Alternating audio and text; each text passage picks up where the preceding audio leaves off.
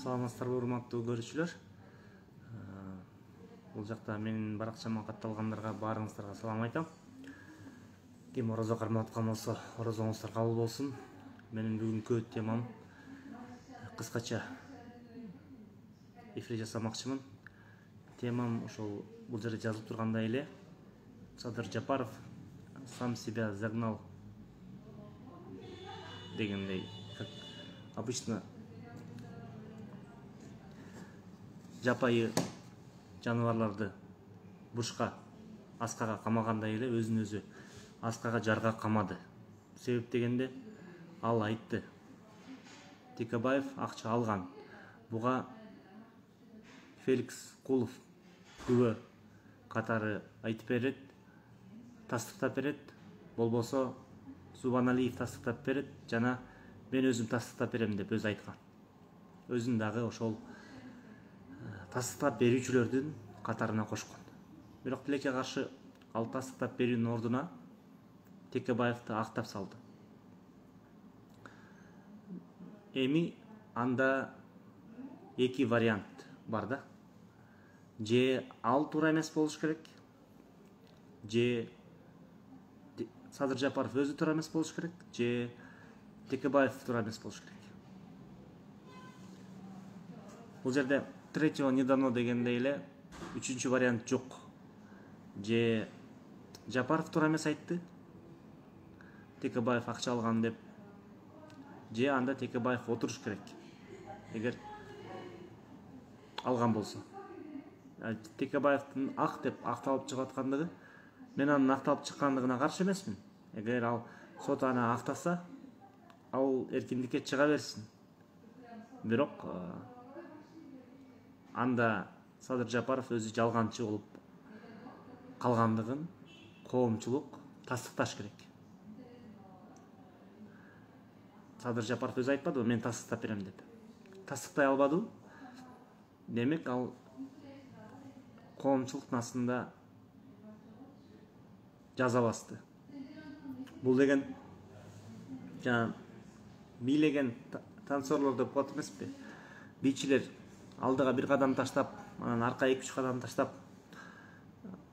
билей берет эмеспи? Жана танго-санго деген бийлердечи, Латын Американын бийлеринде ошондой эле болуп калды да.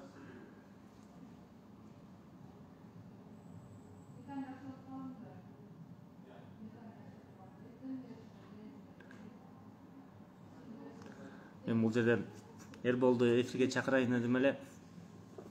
Функциялары пока жол берген жок. Ошондуктан кошпой эле коеюн, эфирде өзүм жыйынтыктап коеюн. Мен ошол сиздерге 2016-жылдын ноябрь айларын, 16-ноябрь болсо керек, мен билгенден, депутаттар өздөрү суранышып,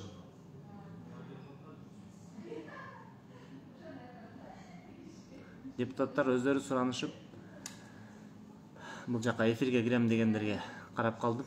Депутаттар өздөрү суранышып, Абдил Сегизбаевди парламентке чакырышкан. Ал жердеги Абдил Сегизбаевдин сүйлөгөнүн менин баракчаман деле тапсаңыздар болот. YouTube'дан деле карасаңыздар болот. Абдил Сегизбаевдин өз баракчасынан же Жубайынын баракчасынан карасаңыздар болот. Ал жерде Абдил мырза айтып жатат. Мен бул жерде бирөөнү күнөөлөгөн жок.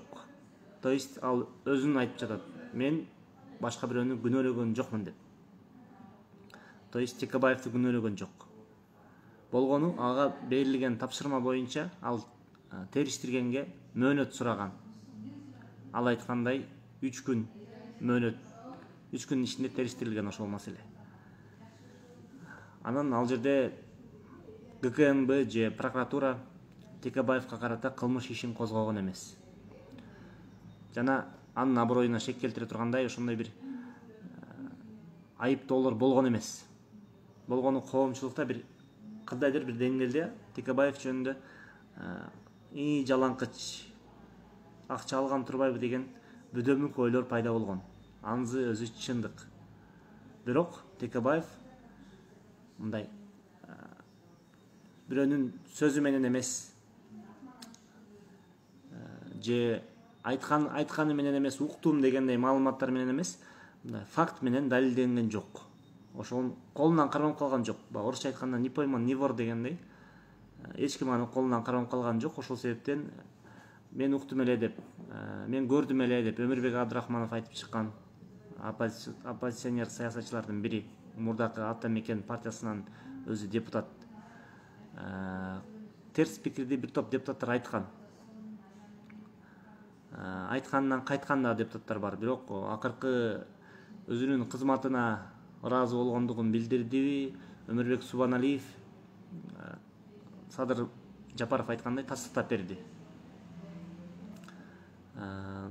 Бирок Садыр Жапаров өзү тастыктап берем деп өзү айтты эле. Демек тастыктап берсин. Же тастыктай албаса анда өзү жалганчы болот. Мен дагы бир жолу эскертип коеюн. Мен Текебаевдин акталып чыгышына мен каршы эмесмин. Эгер сот аны актаса, менин ага каршылыгым жок. Болгону мен бул жерде белгилеп кетчү нерсе Садыр Жапаровдун эмне үчүн жалган сүйлөгөндүгүн элдин назарын ошол темага бурмакчы элем. Садыр Жапаров алдыга бир кадам таштап, кайра арка же капталга оңго солго буйтап, жана куйругу менен буйтаган түлкүдөй тайгандан качып баратып, ары бери буйтаган түлкүдөй болуп, оңго солго буйтап жатат. Бир туруп бир айтса, экинчи жолу анысынан кайтып, башкача жарыя кылып жатат. Ошол себептен улам мен айтар элем. Же Текебаев туура, же Абдил Сегизбаев туура. Абдил Сегизбаевди туура деп айткандыгымдын себеби, анда Абдил Сегизбаевди бошотуш керек эгер Текебаев алганы чын болсо. Бирок алганы чын болгондугу далилденген жок. Бирок ошондо деле Абдил Сегизбаев жана Ген прокуратура же ГКНБ Текебаевга каршы кылмыш ишин козгогон эмес. Демек, Абдил Сегизбаевдин кармагандыгы бул иш боюнча өзү туура эмес.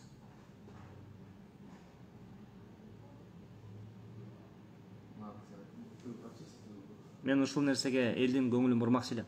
Менин буга чейинки ошо Facebook'тагы постумду карасаңыз, ал жерде ошо Абдил Сегизбаевди колдоо комитетинин баракчасында жазылган видео турат. Ошол жерде айтылып жатат. Депутаттардын алдында парламентте Ата Мекен партиясынын депутаттары болобу, башка парламентарийлер болобу, айтор бардык депутаттардын астында 2016 жылдагы ошол заседанияда, ноябрдагы Абдил мырза айтып жатат, эч кимди күнөөлөгөн жокпуз, болгону териштирип эле койдук депчи. Анан Абдил Сегизбаевга ошол боюнча айып тагып, анан кайра бир четинен өзүнүн сөзүнө өзү каршы келип, Садыр Жапаров Текебаев акча алган деп айтып алып, кайра аны актатып, бул жерде чалды куйду дегендей, бардыгы чалыштап, тушоосуна чалынган эшектей эле нары бери чалынып калды да бардыгы чаташып кетти. Ошол себептен улам мен айтар элем, Садыр Жапаров мырза, сиз же сөзүңүзгө туруңуз, же сүйлөңүз андай нерселерди. Сиз өзүңүз эле элге уят болуп атпайсызбы? Айтылган сөз атылган ок дегендей, жигиттин сөз өлгөнчө өзү өлсүн дегендей, мен сизди асынып алыңыз дебейм. Мындай самоубийца болгонуңузду каалабайм албетте. Бирок бул сөздүн баасына, салмагына баа беришиңиз керек.